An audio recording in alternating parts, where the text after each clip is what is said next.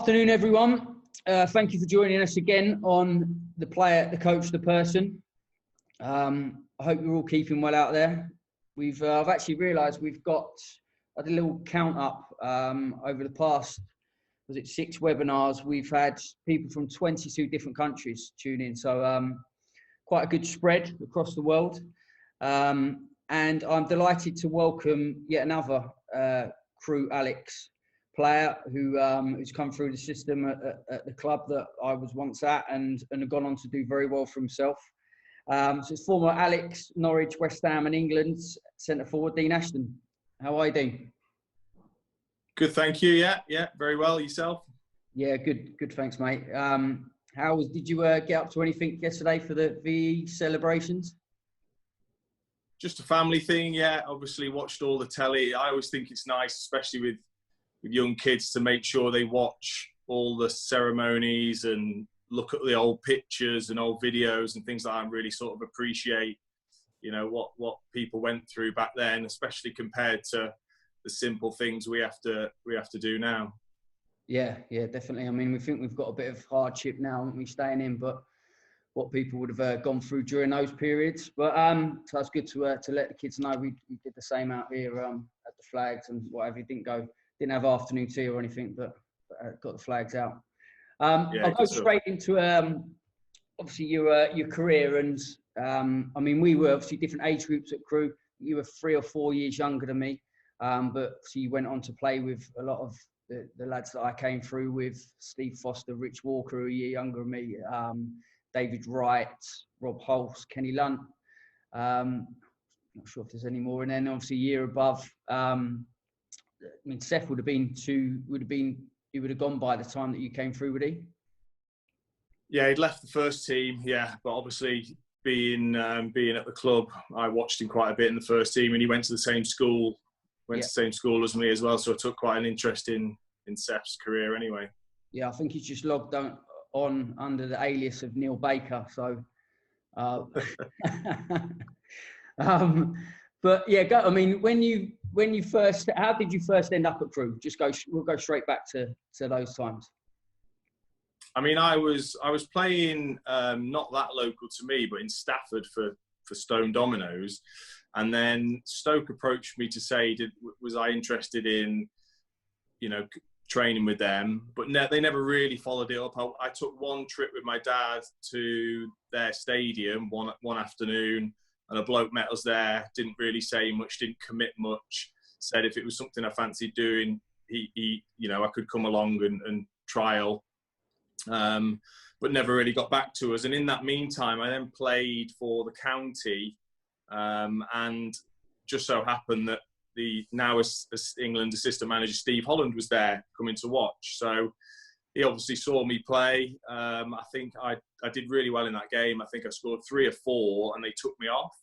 And then he went and spoke to my dad after the game and said, "Look, is the number 11 your lad?" And my dad said, "Yeah, it was." He said, "Look, he's a bit chunky, but I tell you what, he's got great ability to score goals, and we really like the look of him. And would he like to come along and come and join some of the training sessions down at Crewe, Alex? And if he likes it, come and join." And because of that sort of commitment straight away, my dad was like, "Look, Stoke haven't really come back and said anything. This guy, albeit been quite honest with how you look, has said, look, if you want to go and try, and if you want to play with them straight away, then they're keen for you to play." So I went straight there, and as soon as I got there, I loved it. Right, not like Steve, that is it, to tell it how it is. I mean, at that time, was that different from? I mean, with the players that you're playing with at the county, were they all playing for clubs, or were they, or was it strange for you not to be at a pro club at that age?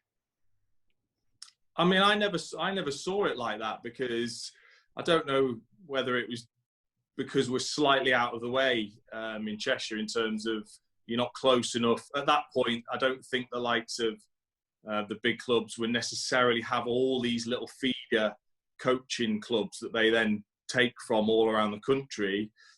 So at that point, if you weren't really picked up by Crewe or Stoke, it was rare that a Manchester United or Man City or Liverpool or Aston Villa or anyone like that would would necessarily see you. So it didn't even cross my mind, to be honest, about joining a club, and I should be joining a club at the age of 8, 9, 10, 11. I just thought you played local football, and then, you know, when you got to high school, that's when I guess you started to be looked at. Yeah, it's a bit different these days, isn't it? I saw an article the other day with Man City's elite under 16. So there's no way that they can afford to miss you out these days, is there? I saw another article recently about Bayern Munich, about them. They're not starting till about under 10s or 11s. So I think, you know, I certainly believe that, you know, that it's good for kids to enjoy their football with their friends and not take it too seriously before they end up going to a club. Yeah, I agree with that. I think there's so much to learn as well, just with your friends, in terms of, you know, what you like to do, what you're good at, practicing tricks and flicks and skills and volleys and all sorts of things you would do with your mates, that I think, having already taken my lads to sort of academies, that I think that's taken away straight away, because they're straight into sort of the look, this is serious. We have to improve at this and this. We have to play like Barcelona and Spain did and start to do. And that blows my mind a bit, that kids really, it should be about, you know, practicing things at home, or you know, I used to carry a goal down the road, and there'd be 3 or 4 of my mates, and we'd play heads and volleys, and that's how I learned how to score goals. It wasn't necessarily just once I became an academy that I learned that. Yeah, it's interesting. I mean, these last 6 webinars with people we've spoken to, and because coming through at Crewe, you were always allowed to express yourself. But even Colin Little, I think, talked about it when he's been at Man United, and they'll have sessions where they, you know, there's no structure there. They can do what they want as players. And when you think back, and it was Seth actually when I spoke to about afterwards, and he said that when you actually think back, and Colin said it, that even at Crewe, even though we were allowed to express ourselves, there was still, you know, Dario wouldn't be happy if you did a certain thing or you played in a certain way, and there'd be those parts where, you know, there's like exactly what you say there, that you know, in speaking to David Wright about player profiling, if you don't fit the profile a club has under 11, if you're not that type of centre midfielder that's going to play in their first team, that you're disregarded. Right? I mean, personally, I'm not for that. I think that there's, and talking to Rich Walker on Stoke haven't got that, you know, but who's to say he's got the best model, really? Yeah, I think, look, every club's going to have a different view on it, that's for sure. And like you said, I listened to them webinars, and like Rich and Gaz were talking about being athletically capable is one of the things that they look at, which obviously is important in the modern game. But what I thought about Crewe was so interesting once I got there, was that obviously you think of Crewe and you think of a wonderful footballing side that pass the ball and keep possession, and they're all technically gifted, but that was brought through because we did very, very simple things all the time. Every single the first 20 minutes of any training session was either outside the ground on the AstroTurf against the wall by yourself, working on little skills that they wanted you, or it would be with a partner, drilling down all these basic skills of control, being able just to clip that into at knee height, control it, half volley it, all these things. So people, when they look at Crewe and think, oh, every player that leaves Crewe is technically gifted, well, that's only because we've been drilled day in, training session out, on the basics of technique from a very, very young age. And I think that, again, having looked at a lot of academies and the way they're doing things now, which is very much possession based, and it's about keeping the ball, and I always think, are you missing out on teaching them that there's no point doing possession drills if they can't keep the ball or they can't control the ball well enough? So in my opinion, if I was to suddenly start up as a coach or start my own team, I would very much copy Crewe's model of doing the simple things and drilling that down, so that at the very least, before you become athletic, which is obviously very important, you're actually fantastic in tight situations because your control and your technique is so good. Yeah, no, I completely agree. I mean, I came to Crewe as a 14-year-old, and with Chelsea and Luton, and when I came up there, the difference from a technical aspect in terms of how the players could deal with the ball was frightening. And you know, Dario used to do a lot of stuff that he was like around what I actually used to do with the turns and the cover coaching. There was a lot of that in there, and it was being able to, you know, and they talk about it now, don't they, stay on the ball, like but have those have everything in your toolbox, like Rich alluded to the other day, to be able to deal with the ball, and then and build from there really. When you came through there, so then obviously you signed scholarship or a YTS, then you were almost thrust into the first team. You had your debut when you were 16. Yeah, I think what I found is, because I played a year up, and I was part of, at the time, it was quite a big deal in terms of that. I think there was 11 of us, which was quite unheard of, that turned pro quite quickly. Right. You know, we were YTSs, but turned pro quite quickly. There was 11 of us. And because I played a year up, I always found it difficult. I think even though I got in at 16, and that was more because I think Steve Holland pushed it when they were short of numbers and they had a few injuries. The likes of Colin Little and Tatey were injured. I think Smith as well was another striker that was there at the time that was injured. Yeah. Hulsey I think had a back problem. So there was like a spot there. And I think Steve basically not forced Dario, but said, look, put him on the bench. If you need to nick a goal, at the moment, I think he's the most likely to come on and get you a goal. And I went along with the first team when I was 16, which was only about 3 or 4 months after leaving school, which was sort of a big eye-opener to go along with the first team and adults and proper men and, you know, the banter that goes along with joining that team. And I only went to Gillingham, came on for 5 minutes, touched the ball once, and then disappeared again for months on end, with not really much said about it. So, and having listened back to a lot of players, I think a lot of Crewe lads have had that, where they've been dipped in and then thrown back out again. Yeah, but that touch that you had, though, away at Gillingham, although I wasn't at the game, never seen the game, I've heard that it was some header. It was a defensive header, is that right? Yeah, it was, yeah. Basically, yeah, I just came back to, I think it was a long throw, actually, a routine that they had, and they threw it in, and I just bulleted a header back out into the stand. And it's funny how even a couple of the first team lads like Steve McCauley and Shaw Smith mentioned it to me about, you know, it was just for a 16, I guess everything was like, oh, for a 16-year-old, that's brilliant. Yeah, well, the reason why I say that is because David Wright told me that, and also Kenny Lunt did. I spoke to Kenny today, and he said, like, one of the first things, he got all the senior players like, bloody hell, who's this? How did he edit it like that? That was sort of the senior players. So it was a decent debut from that point of view. Yeah, I think as well, though, I found it really, really difficult. I don't know about other players, especially players that are seen as doing really well when they're young, 16, 17, 18.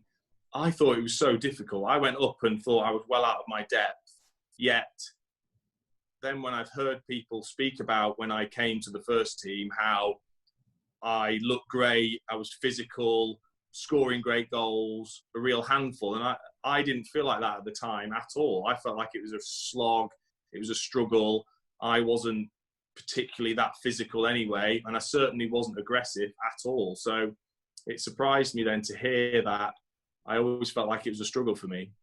Yeah, I came to watch you with Seth, and he played Stockport, and it was a 0-0 game. And I actually thought, I'll be honest with you, I thought you were lazy in the game, and that's what Gaz Liddell's actually alluding to in the message there, trying to stitch me up.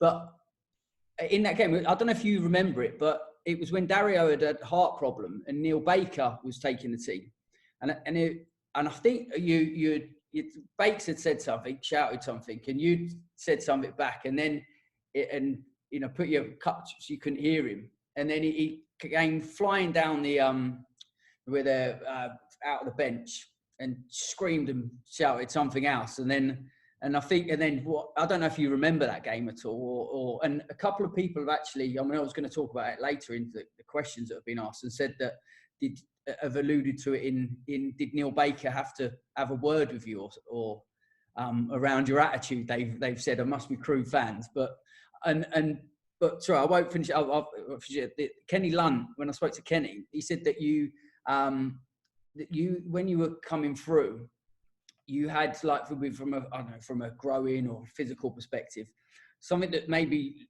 came across that you looked lethargic in the way that you ran.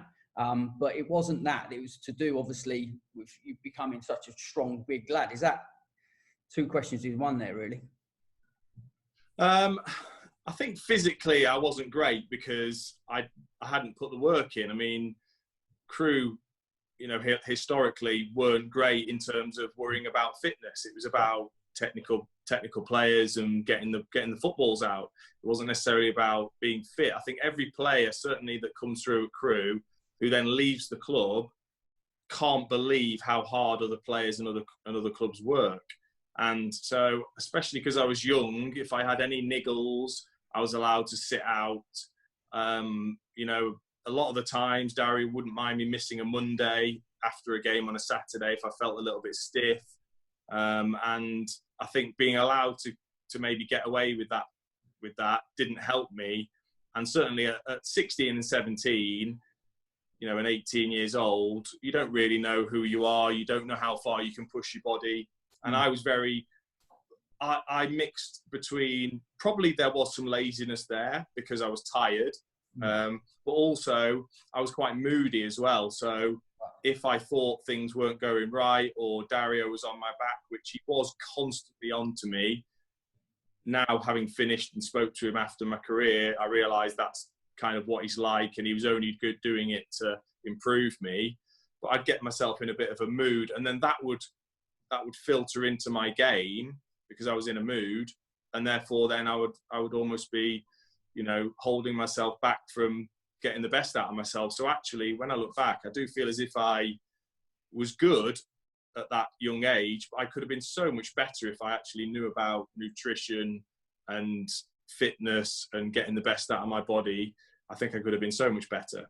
Yeah, when the moods that you mentioned there, and obviously the topic is character, were the moods were coming from because you were getting frustrated because you felt like you should be doing better, or you said there you're struggling a little bit, or people were on your back? Where was it from? I think part of the way I deal with being told I'm not good at something, or I need to improve this and improve that, when I was that age, was to just sulk about it to myself. And Dario and Steve and Bakes would always say, we don't know how to read you. We don't know what you're thinking, because I'd have pretty much a blank face most of the time. I was never neither up nor down. I was pretty placid. And that's the type of person I am. I am quite laid back, but I was just quite moody when I was younger. And also, like I said, because I felt like I found it hard, if things weren't going right, like my touch, or I was failing in terms of taking a shot and missing, I'm very competitive, so that would annoy me so much that it would put me in a mood, which when you're young you don't understand that, and then that comes across like you're lazy and you don't care, which is far from how I felt. Yeah, that's interesting. And I mean, to add to what Kenny said as well, he also said that you're the best player that he played with, so that's a decent, and Colin Little's just right there, could do everything, both-footed, quick, strong goal scorer, top lad as well. I mean, David Wright as well, he's put hammer in both feet, lovely touch, powerful, intelligent. So I played him at Crewe, he was good. I played with him at Norwich and he was very good. I played against him at West Ham and he was excellent. It was mad to see him improve over the years. I mean, when you left Crewe and you went to Norwich, how did you feel as a player? Did you feel that you were ready for that? I mean, it was a lot of money as well, wasn't it? Was it the same amount of money? It doesn't matter, but like as Seth had gone for as well. But it was big money for Crewe, wasn't it? Yeah, it was big money. It was Norwich for them. I was a record signing for them, so they were taking a bit of a gamble at the time. But having got in the team at 16 and I left at 21, that's a long time, and that's a lot of games that I played. So at that point, if you looked at the amount of games that I played and goals that I'd scored, I'd had quite a long career already. So I kind of knew myself, and I'd got into and you talk about, sorry, that Bake situation. It was actually Watford at home, and him and Steve had took the team, and I was awful.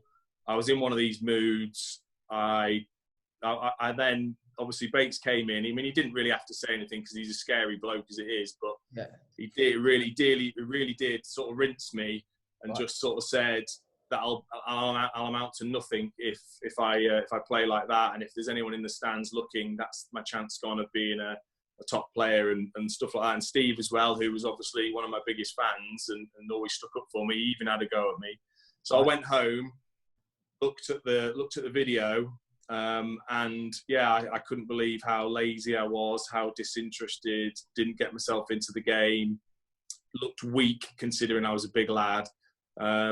And yeah, I phoned them both up, apologised, said I was bang out of order with how I played, with how I reacted. And from then on, honestly, from that day on, I just became a totally different player, because even if I wasn't playing that well, the minimum I gave was absolutely everything. All I can do is I can run around like an idiot, and that can help the team. If my touch is off, or I'm not getting in the positions to score, or I'm missing chances, at least I look to everyone else like I care, like I'm running around. And honestly, the improvement from that day on was pretty rapid, because technically I had it. I had, but I could shoot brilliantly with both feet and with power. I could hold the ball up well because of all the years of practicing it at Crewe, coming through. I had all that ability, and then it was just a case of, well, now suddenly adding the physicality, which I had anyway, and being good in the air, which is what a lot of managers want, and having that work rate. Then suddenly I just I felt like I went to a different level. So I felt really confident when I got to Norwich, until I got absolutely hammered. They were saying I'm the most unfit 21-year-old they'd ever seen. How can you have Mondays off? I remember Huckabee and Craig Fleming just hammering me every day, saying, we've really paid a record fee for that. But luckily, I think moving in January helps, because you're full of confidence. You've been playing, scoring goals. So actually, pretty quickly, I think they saw that I was a decent enough player and that I could help them. Yeah. I mean, the goals you got within that year at Norwich, you got a number of goals, didn't you? Joining when they were in the Premier League, wasn't it? And then before you left to go. How was your time at Norwich? And obviously, you just mentioned there you live in Norwich, so you must have enjoyed it from a family perspective, I suppose. Yeah, I mean, I love the place anyway. I mean, growing up in Cheshire, it's quite leafy, so Norwich is very similar. It's a lovely way of life. People are great, friendly, and that's what it was like at the football club. I think probably one thing that was certainly different to them when I went to West Ham was, even if you played poorly, they still loved you. Right. You could be awful and still walk into the city of Norwich and everyone would be great, open the doors to you, be fantastic. So I think that's partly why some of the times, the players maybe get away with things that they wouldn't at other clubs. But I absolutely loved it, and Nigel Worthington obviously took that chance on me. And then to play alongside the likes of Huckabee and Craig Fleming, Leon McKenzie, Safri, technical players, that was... the training was different. The training was a step up to Crewe. It was more intense. Even just a keep ball session would turn into a fight or something. It was totally different to that at Crewe, which was all pretty nice and very technical. Yeah. Was Gary Doherty there at that time? Dockaldino, as he used to call himself. Yeah. Where was he? What position was he playing then? Centre forward or centre half? Centre half, would he? No, he was playing centre half, but he kept claiming that he was better than us as centre forwards, and he was just constantly trying to make people in training. He was a great character, but tough as they come, and did pretty well when he played. Yeah. Do you keep in contact with any of the lads from Norwich now that you're living there? From that, I know he's only there a year, but yeah, I mean, obviously there's quite a few that still live here. So the likes of Huckabee and Ewan Roberts, Paul McVeigh did live here for a while. There's plenty of players that come back as well quite often. So it's quite nice actually, to always see them boys. But I've never really, other than Crewe and the boys that I came through, I've never necessarily became great friends with anybody in particular. Yeah. And then obviously going to West Ham at that point, I mean, there's a lot of speculation with different clubs, where you were going to go. How did that all pan out? Well, I think obviously I stayed at Norwich for the first half of the Championship season. Felt like I did okay, but we were mid-table. I think I'd scored 10 goals, and there had been obviously rumours about Newcastle and Man City at the time with Stuart Pearce, but no real concrete interest. And then when West Ham came in, again, it was a record fee for them to pay for a player. So again, for me, that was an honour for them to do that. And then as soon as I went and met with Pardew, I mean, he's the most confident bloke you'll ever meet in your life. So he made me feel $1 million. And the only sad situation was that I loved being at Norwich. I thought it was a fantastic opportunity that they'd given me. And, obviously having to say that I wanted to leave was just hard. But I was quite selfish at that time, and I wanted to play in the Premier League. So as far as I was concerned, I had players like Craig Fleming come up to me and say, "Why would you go to West Ham? They've only just been promoted. They're doing okay, but that's not a long-term view. Stay here, wait for a better club to come in." But I was just so desperate to get back to the Premier League, and Pardew made me feel $1 million and how I would fit into what he was doing there and be mentored by Teddy Sheringham. I mean, it's hard to turn down. Yeah, I spoke to Stephen Taylor as well from ex-Newcastle a couple of weeks ago when we had him on the webinar. But I was saying that we've got you on in a couple of weeks, and he said that you played against Newcastle, I think, and you played against him, didn't you? And he done very well. And he said, he said, I had an absolute nightmare. He absolutely dealt with me. And that Shearer had said afterwards, we need to get him, we need to buy him. And also, I mean, going on when you joined West Ham, I gave Teddy a call today to ask about you, and he had a lot of praise to talk about. Said you said absolutely fantastic. He said, to be honest, he said he didn't know much about you before you came in, but he said that you're absolutely fantastic. Obviously, from the type of player, he said that he loved playing with, because he knew that, like all good centre forwards that are going to be selfish, but he always knew that when you'd get your strikes off, that the keeper, you just follow in off a post or off the keeper, because he knew you'd go for goal, and but linking up with him as well. And he was certainly full of praise for you during that time. Well, how was he as a kind of mentor? He was brilliant. I really think that he improved me massively in the time that he was still at the club. Just, he wouldn't know it, because I obviously did ask him bits and bobs, little nuggets that I thought I could take from him, and advice that I could take from him, because, although I was big and physical, I still felt as if I wanted to be that kind of Teddy Sheringham type player that could still come off short and link. And I enjoyed doing that side of the game more so than the physical side, to be honest. So to be able to watch him in training and in games was invaluable to me. And he was 39 at the time, or 38, 39 years old, yet he always seemed to have space. He always seemed to, when the ball came in the box, even against younger, fitter defenders, top-level defenders, he seemed to be able to find space, and his technique was so good when he came to finishing that he only needed that one chance and he'd punish you. But I watched him, I really studied how he moved, and I mean, all the way from as soon as the goalkeeper got it, I watched him and see what he did. When the fullback got it, I watched him. When the winger got it, when the midfield player got it, just to see how he kind of moved and manoeuvred himself into certain positions that he could then get into a great position in lots of space to receive it, turn, and then link. And it just, being able to learn that from him, I think, was invaluable. And that then I took that on, I felt, pretty quickly. Because Marlon Harewood, who I was playing with mostly, was that marauding, quick, pacey, strong, athletic player that was going to run in behind and cause defenders problems. So if I could learn a bit more of that Teddy Sheringham-esque, coming off short, linking up, and then making them late runs into the box, that he did so well, that would really improve me. I felt it did improve me pretty quickly. Yeah.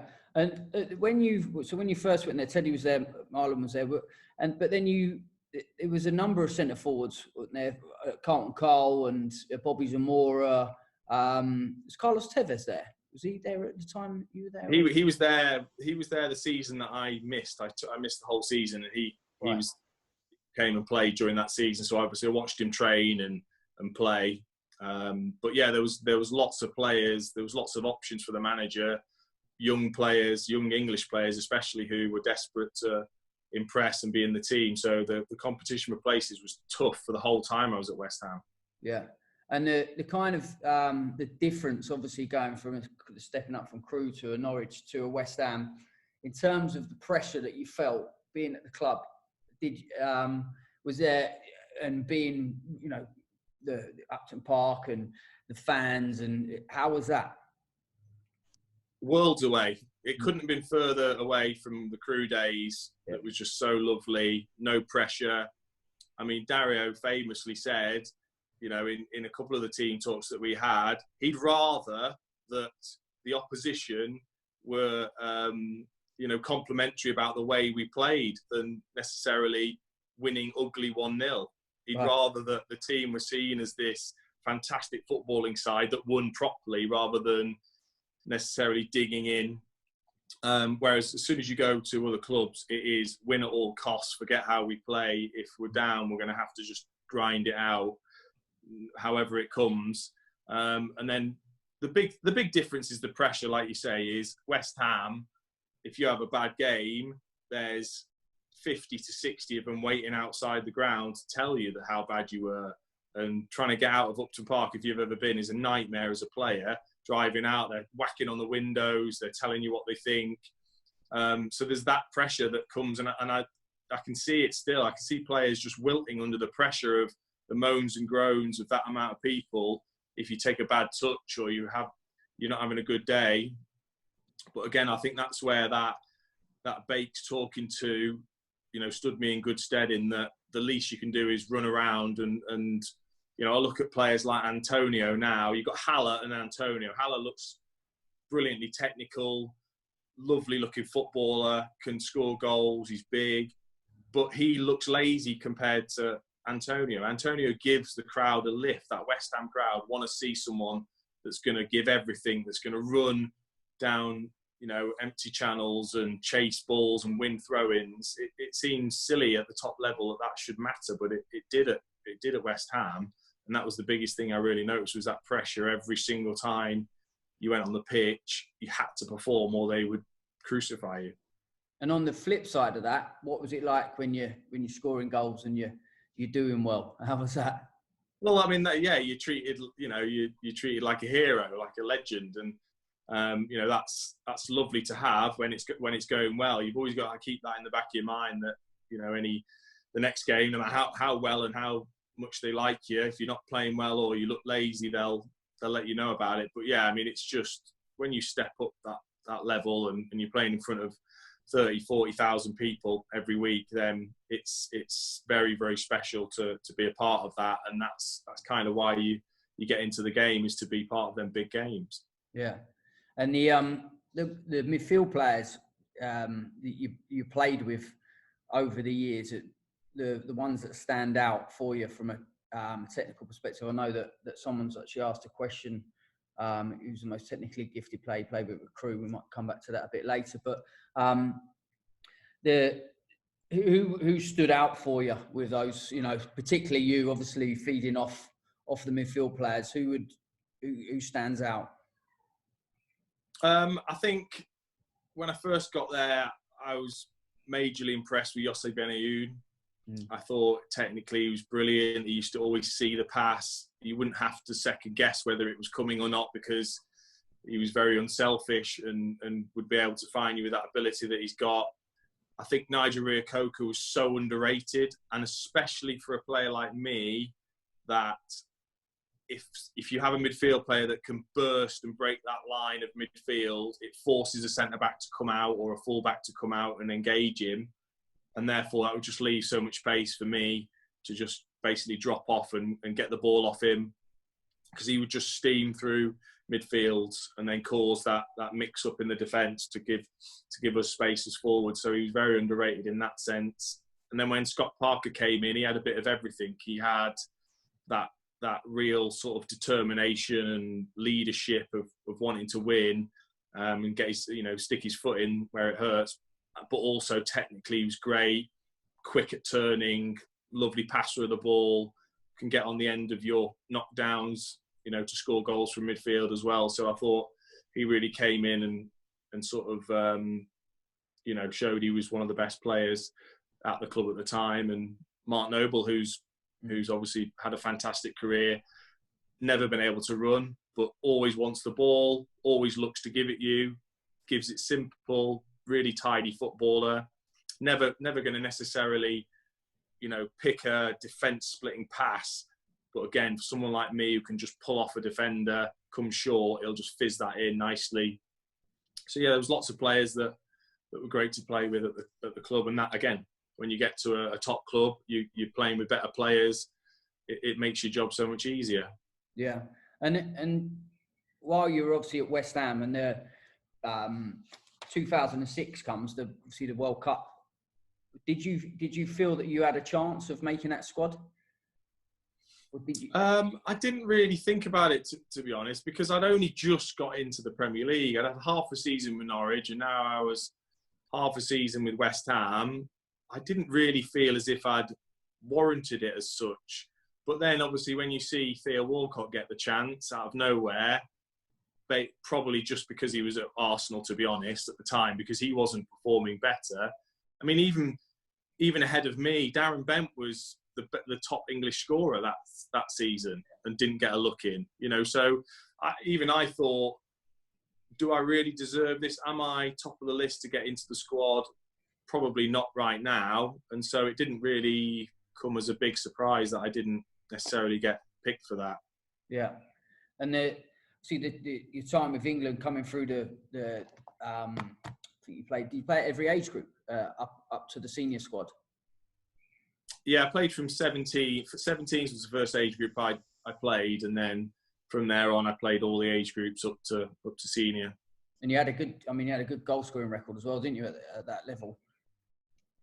Yeah, I was pleased with that, actually. I mean, it's I think, again, going and playing with some great young players, it was great for me at the time, especially when I was at Crewe, to go and play with sort of Premier League young players at the time and see the standard that they're setting was great. And a lot of the players, have gone on to have great careers. The likes of, James Milner, Jagielka, Jermaine Defoe, Jermaine Jenas.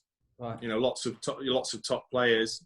Stephen Taylor, like you said, that went on in that sort of squad to do well. So yeah, again, going along with them was great. And the goal scoring record, again, is important for any striker. Yeah. And while you were at West Ham, so you had Pardew coming in, but then did Kerbishley take over? Was Kerbishley? Yeah. Kerbs. I was injured season that Pardew then got sacked, sort of halfway through the season, and then Kerbishley came in and kept the team up on the last day at Old Trafford. So I didn't really get to work with him until that following season. Felt I had a good pre-season. But again, I think because he'd worked with some of the players for half the season before, and he wasn't sure that I was fit. And having watched myself back, I was big, as in muscly, because I'd been in the gym a lot in the rehab. And I did look a little bit laboured, which I probably was, but it didn't actually affect the way I was playing. But he just wasn't convinced, and he wanted that forward that would be really, really physical. He wanted someone that was going to, really run the channels and do the hard graft. And I wasn't necessarily ever going to be that type of player.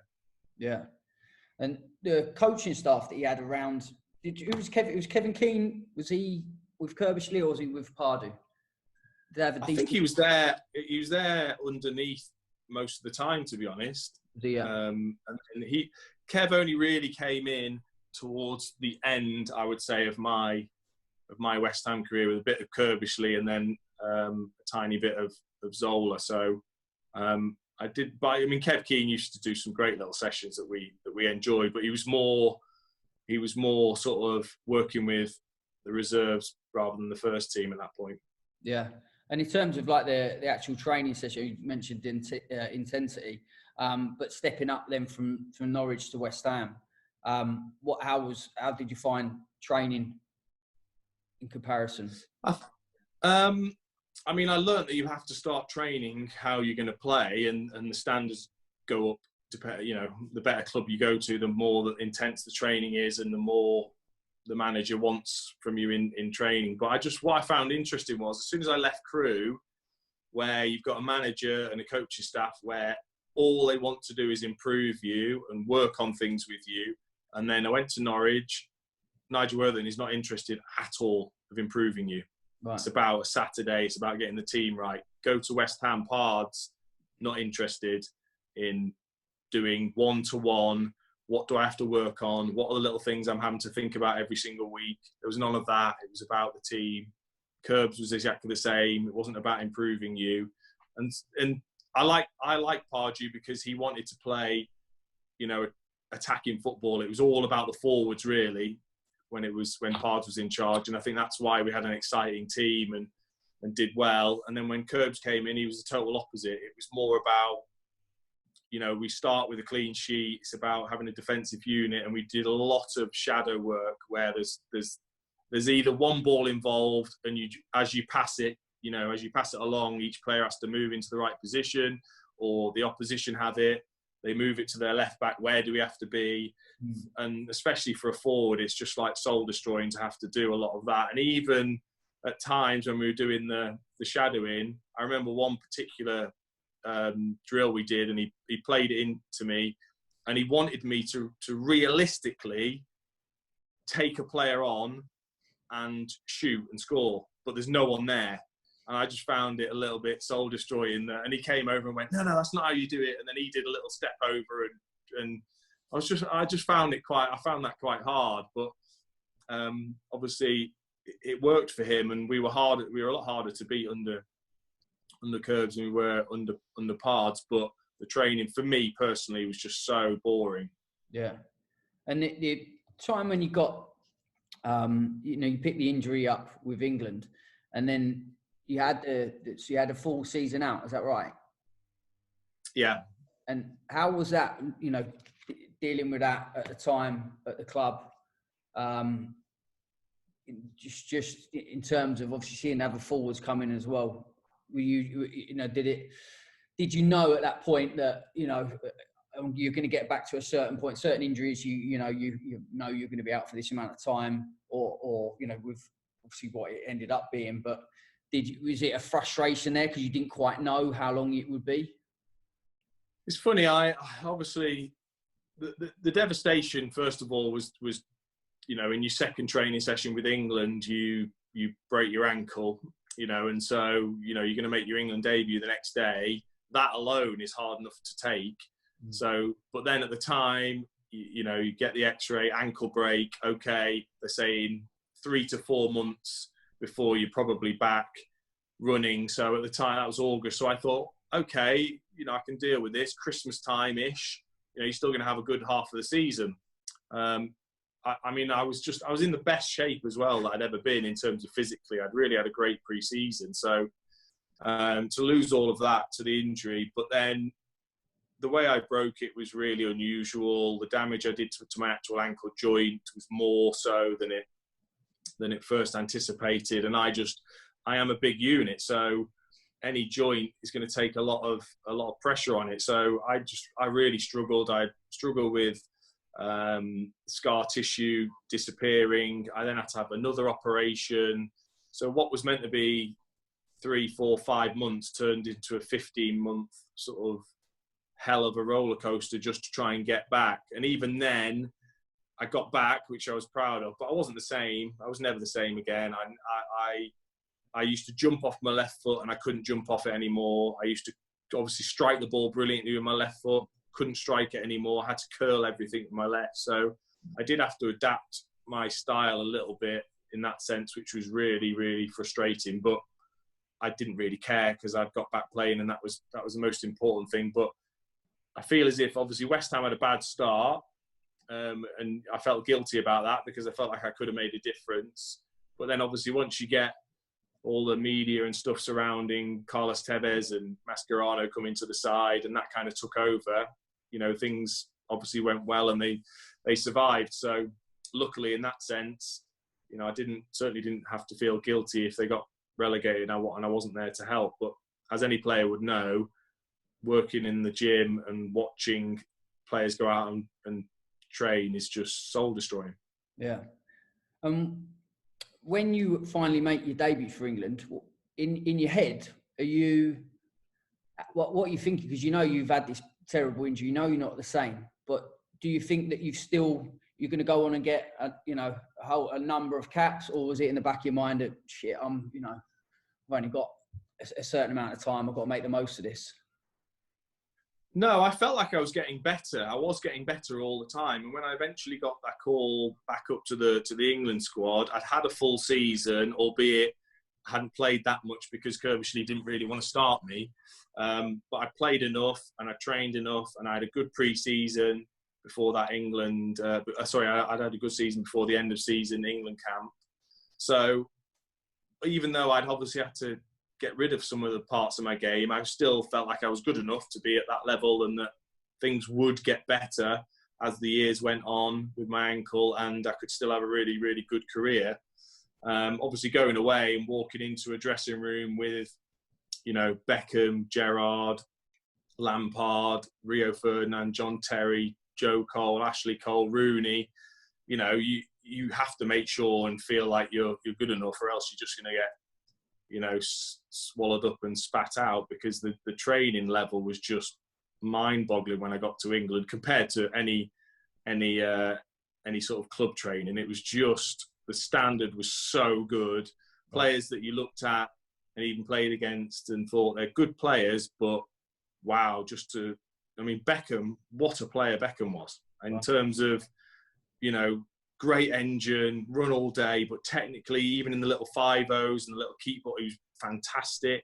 Really surprised me. Owen Hargreaves, what a player. He was as good as, well, in terms of technically and in training, he was as good as Lampard and some of the other Joe Coles and people like that. And then Gerrard was just on a different planet to anybody else in the things that he did. He just basically had every single attribute that a great player wanted, and he had it all. So he was just a joy to watch. Yeah, I bet. Joy to play with. And then, I mean, obviously, you then have to retire at the age of 24, which is crazy. I mean, like I always remember when I was younger and Marco van Basten retired with an ankle injury as well, and I always, you know, thought, what a shame. You know, we've seen a lot of Marco van Basten, but when people speak about you and speak so highly of you and you as a player, you know, you think it's just a crying shame, obviously, that's happened to you. And so how do you, you know, I know it's something you've been asked God knows how many times, but to deal with something like that and in the character that the things that you've learned as you've gone on. I mean, you talked about Neil Baker and Steve, obviously that's a little bit of a defining moment, I suppose, in your career in just what you need to do. But how do you go and deal with that yourself, Dean? Well, first of all, I wouldn't have been as good as the mighty Marco. I mean, he was just unbelievable. But in terms of, I think probably behind the scenes, I knew for a lot longer than anybody else that I was going to have to retire, because my ankle was just mush and it was just so painful. So to even get going in the mornings and do simple things, I just struggled with that. So to be an elite footballer, that was just never really going to happen. So I had a lot longer to get my head around it, and I've just always seen football as very much a fantasy world anyway. It's not real. How can a lifestyle be real where you get paid obscene amounts of money just to do your hobby, which is basically what it is, and people treat you as if, you know, you've been brought down from the heavens and that you're a super hit. I can't never get my head around how, you know, grown adults can totally change the way they are and the way they act just because you play football. I can't understand it. So I've always kept my feet firmly on the ground, and I am quite laid back anyway. So, I mean, look, it was obviously devastating. I had all them feelings of bitterness because why me? Why couldn't it be someone else who other players that I know that aren't that bothered, and then watching it and thinking I'm better than you, but you're having a great opportunity now, or a big transfer, that would have been me. But again, I just thought that's just normal feelings. I think anyone that maybe didn't feel like that wouldn't be normal. Yeah. And so luckily I've got a great family around me. I had a young child anyway, and one on the way as I retired to focus on. But, you know, I obviously absolutely love football, and it bothers me every single day that I can't play, even just with mates or charity matches. I wish I could do that a lot more regularly because I just love playing football. I always have. But, you know, I've still got a great life, and if that's the worst of it compared to what lots of other people have to go through, I think it's you know, you've got to put things into perspective, and I always have done. So being able to keep that in my mind, I think people expect, and I know lots of players that have struggled with mental health and addictions and lots of other things. It's just I've never ever struggled with it. And I don't know whether that's just my personality or the way I've approached things, but I can look back and just love the fact that I got there, you know, to actually make it and play for your country that you dream about as a kid, and score in an FA Cup final, and, you know, play in the Premier League and have supporters still say lovely things about you. You know, that's you know, I've had a great time anyway. So yeah. Luckily I'm able to look at it in that sense, and I haven't suffered too much with it. It's a fantastic, you know, well-balanced way to be. It's very admirable with that. And you know, when you look back on that career and you've looked at the great times that you've talked about, scoring at Wembley and cup final, and playing with the likes of the players that you played with and against, what are the things that stand out? Is it that goal at Wembley, or whatever bits that you think of straight away when it comes to your career? I think obviously, you know, having played for 3 great clubs is that, you know, they're proper clubs that treat you well now, even when you know, you haven't been at the club for many, many years. But also, I think it's for me anyway, the joy was in turning up at a stadium turning up at Old Trafford, and there's 75,000 people there to watch 22 people, and I'm one of them. You know, that in itself is incredible. Or that achievement of, there's all these people in the country that want to play for England, and I'm one of 3 or 4 centre forwards that have been picked, that have got to that level and seen as one of 3 or 4 of the best in the country. You know, that for me is what the joy is. And going out at these stadiums on immaculate pitches, and, you know, I loved all of that. That's what I loved, was the games. Training, I could have, you know, taken it or not. I didn't really like the running around. People know that. So I just wasn't, I just didn't enjoy it. For me, it was about shooting sessions. It was about, you know, sessions that involved scoring. It was about scoring goals. And it was about match days. I always felt as if no matter how I trained, you used to have some great trainers, but never performed. I always felt like no matter how I trained, I knew that I would almost come alive on match day, and that I could perform on the big stage and handle the pressure. And I love that fact that I was able to get to that level and be able to produce and show people, hopefully, the talents that I had. Fantastic, mate. It's brilliant. And, you know, from how many years is it 12 years since you've retired, which is crazy. Yeah. Have you got any want to go into coaching, to be involved in any way, or you just prefer to just watch the game now? I mean, obviously I love doing the media work because I still get to go to match days, which is the thing I love the most. And I did. Norwich were great with me. Chris Hughton, who was there at the time, said, look, come in, shadow the coaches as much as you want, we're happy to put you through your coaching badges if that's what you decide. We're here to help, which I thought was great. So I went in and I shadowed some of the coaches, including Huckabee was there at the time, Graham Murty was there, a few other coaches, and I did under 14s, under 16s, under 18s. But I just couldn't get my head round being on the grass and still being young enough to play. And then that just put me in a bad mood, in a sense, that being out there and not being able to join in and thinking I'm still really young and good enough to be involved, and looking across to the first team and thinking, I wish I was out there. I think that's what I struggled with, certainly as I was a bit younger. But also what I found hard was some of the players as well, some of the 18-year-olds who had already thought they'd made it, or that, had the opportunity to do extra after training and didn't want to do it. And I just found myself getting in my car, steam coming out my ears, like, what is wrong with these kids? Like, what an opportunity you've got. None of them want to do extra work. I'm gagging to do a shooting session with you, and you don't want to do it.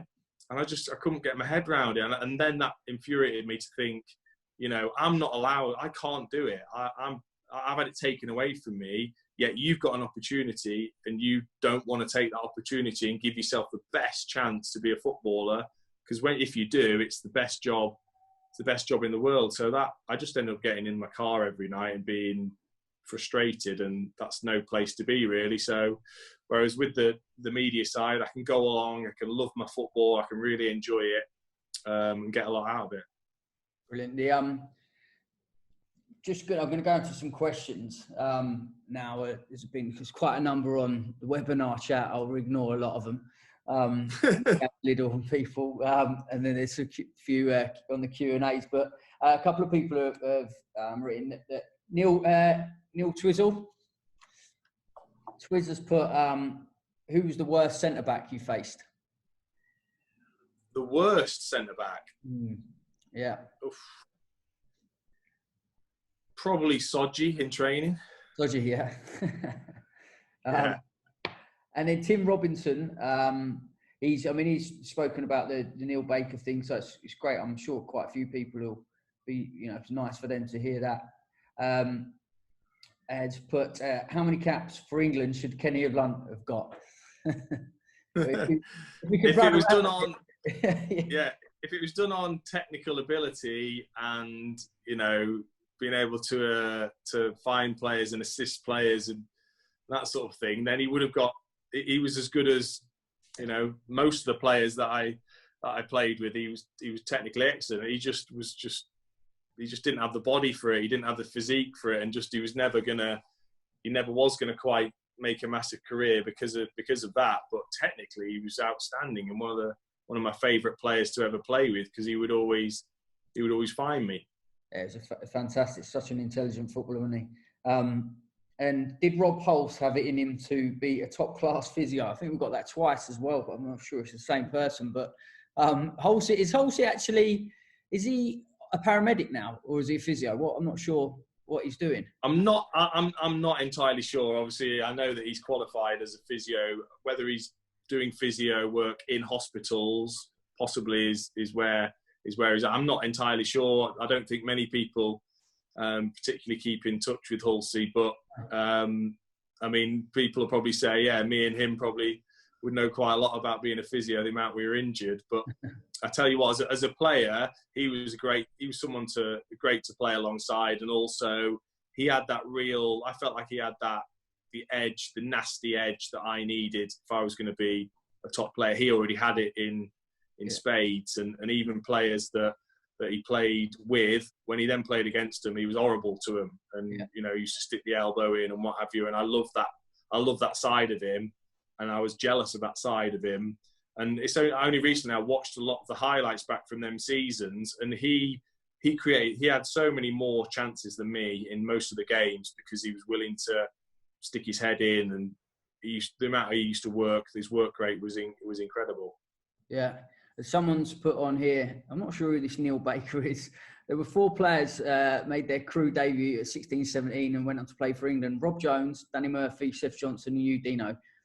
Is it a coincidence that 3 of the 4 had to retire early from injury? But I'll tell you, I don't know if you know, Dean, but I had to retire at 18. I had to take the money from the PFA. Not that I had anywhere near your talent, and I would have probably been bombed straight after that anyway. But that Crewe was never really renowned, was it, from a physical perspective? It never, you know, we had, I don't know if Bernie that was still the physio when you were there, or Yeah. or whatever, but it was not quite the place, I suppose, to look after your body, was it? No, I think it'd be a sweeping statement to say, oh, it's just Crewe players that go on and get injured, but there certainly wasn't the physical training that I think a lot of other clubs have, even for young players coming through that hardened sort of work that they get through, and weight training that a lot of other clubs do. We just didn't do it. It did get introduced a little bit, some weight training, but we were all too sore from doing it because we'd never done it before. So I think it could be something that could certainly be asked of the club. Is that something that didn't help the players? But I think it's more coincidence than anything. Because once we've gone on to these clubs, you know, we've then built up that stamina. It's just, you can't, from my point of view, you can't help breaking your leg. That's just something that happens. Yeah. Richie Walker's been in touch. He's put, having witnessed firsthand Dean's mindset towards finishing in training, I'd love to know at what age did he develop such a focus towards every single finish? Did he develop this, or was this something inbuilt in him? Good question from Rich, who's probably in the beer garden as we speak.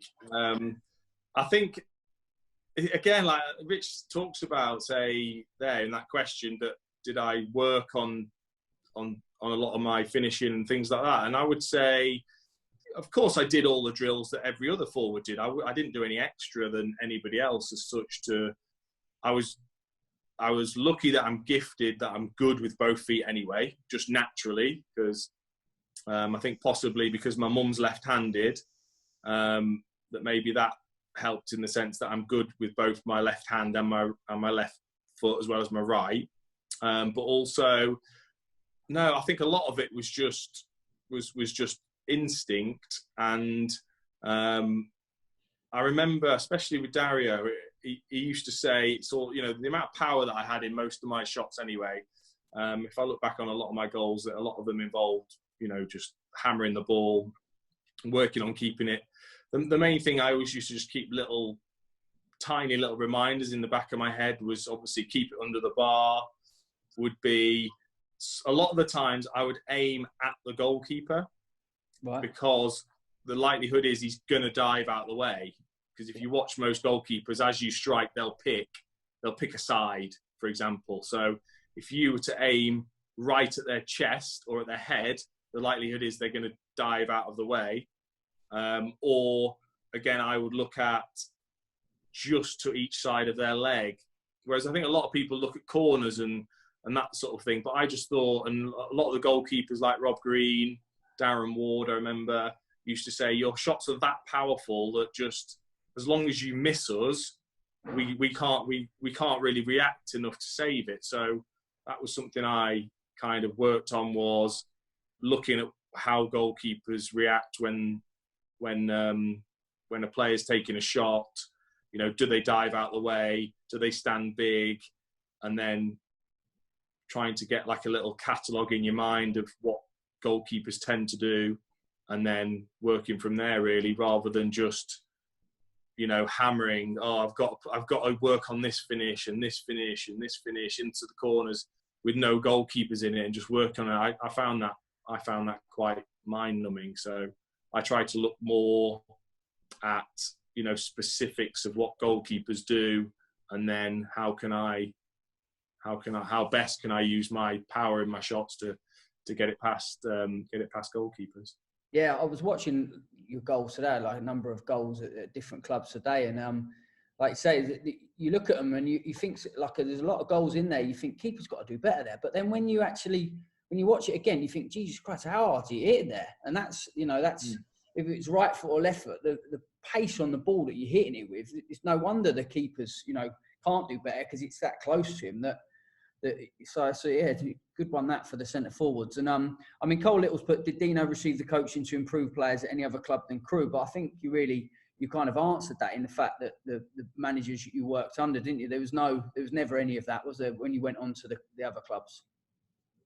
No, it really surprised me actually, because it was so prevalent in what Dario used to do, and he used to do it with a lot of the youngsters that were coming through because he'd worked with them for years. But you had seasoned pros that at other clubs, the throw-in would get launched down the line, and suddenly you had a centre half that had to come and receive it from a throw-in, control it, and start to play out. And just some of the players, obviously, that needed to be worked on, and Dario treated them like they were a kid, and they had to do all the work and the drills, and that's because he wanted to improve. He wanted to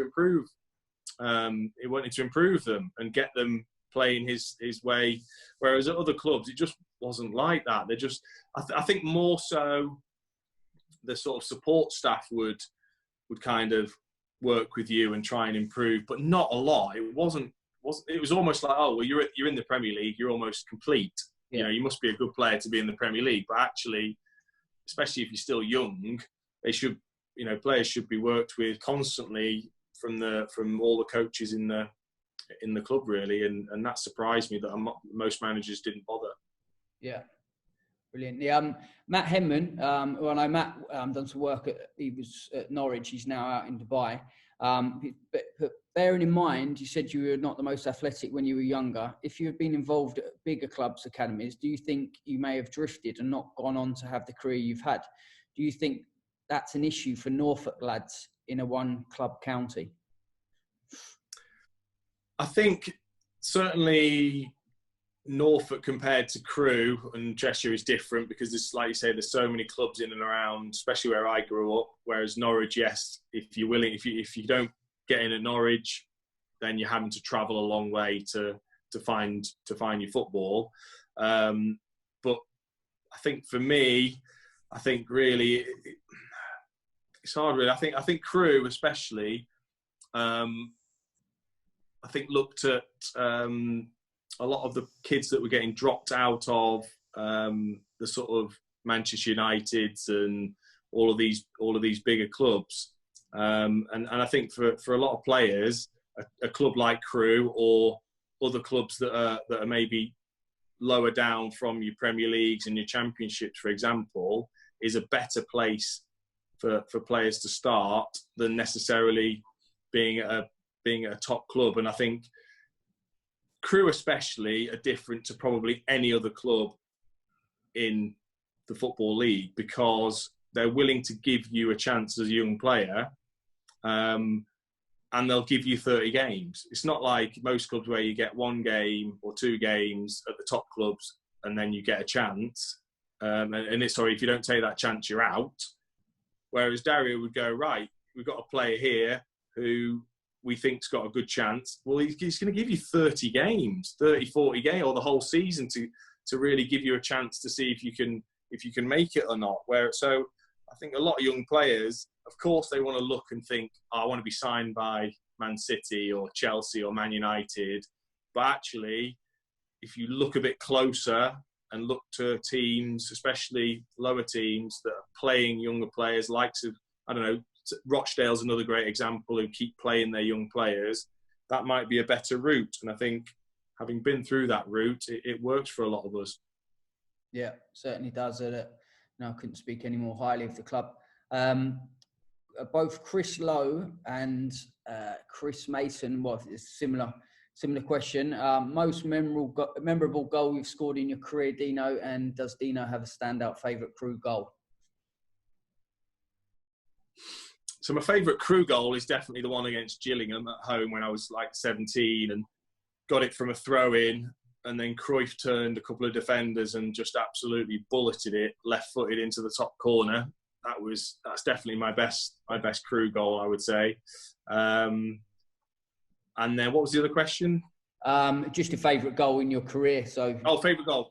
Yeah. I think scoring an overhead kick at Old Trafford takes some beating, but against Rio and Van der Sar and in front of the Stretford end, that's that's pretty special to be able to do that. It's just, we were 3-0 down at the time, so you couldn't really enjoy it. But it's weird scoring the overhead kick I scored in Mark Noble's testimonial is probably one of the best goals and experience I've ever had as a player.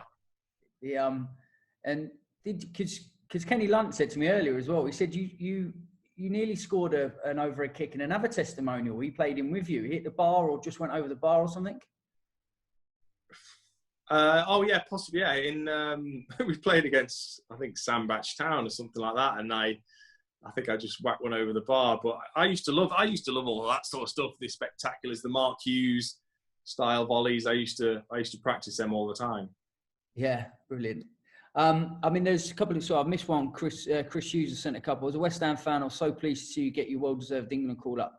Obviously gutted for you when you had your horrific injury in training. When you returned after injury, how did you have a feeling that your ankle wasn't quite right? I think we've obviously answered that, but he's then gone on to say, if you were playing now, do you think you would see you would have recovered? I mean, for example, like I retired through patellar tendonitis in my knee, and I know these days you would never have that problem with the load and stuff that they put through it. But with the injury you had, would there be a chance, given obviously the modern medicine and what have you? Has anyone ever said that to you, that you wouldn't have a problem these days? Yeah, a few people have said that, but nobody's come up with a replacement for cartilage. So right. I think all my cartilage had gone in my ankle, so I was left with just bone on bone. If you got bone on bone, yes, you could have a hip replacement like Andy Murray has. That's a possibility, but I don't think ankle-wise, with the amount of load that goes through it, ankles and knees, I'm not sure if you've got it bad and you've got, and it's very arthritic. I mean, my ankle was horrifically arthritic at the end, so there's nothing yet that would suggest coming back from that, albeit I've had my ankle fused and I can still run about, but there's a difference between running around and playing at the elite level with the top athletes in the country and around Europe. Yeah. Maybe you could have got Marco van Basten's other one. I don't know which one you both did, so you could have just taken it. Rich Walker's actually put, cheers, big man. Great detail given. For the record, I am in the garden, beer in hand. Great webinar. Well, I think we've gone, obviously an hour and a quarter now. So, listen, I really, really appreciate your time.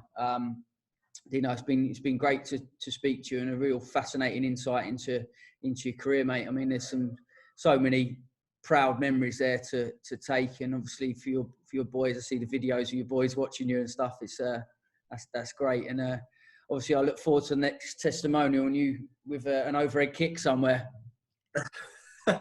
Yeah, I don't know. I'm getting a bit old now for all that malarkey, and I'm not sure my back's going to be able to take any more. Although I do like the videos after of all the Mickey taking of me hitting the ground and sending earthquakes around the world and stuff like that. But no, like you say, I think that's the thing that it's good for me, is I can look back and have so many lovely memories and videos to watch and to have them, and that's what football's sort of given me, and obviously a nice lifestyle as well. So that's fantastic to hear, and well, hopefully I'll see you when I'm back in England with a few of the Crewe boys. It'd be nice to see you then, mate.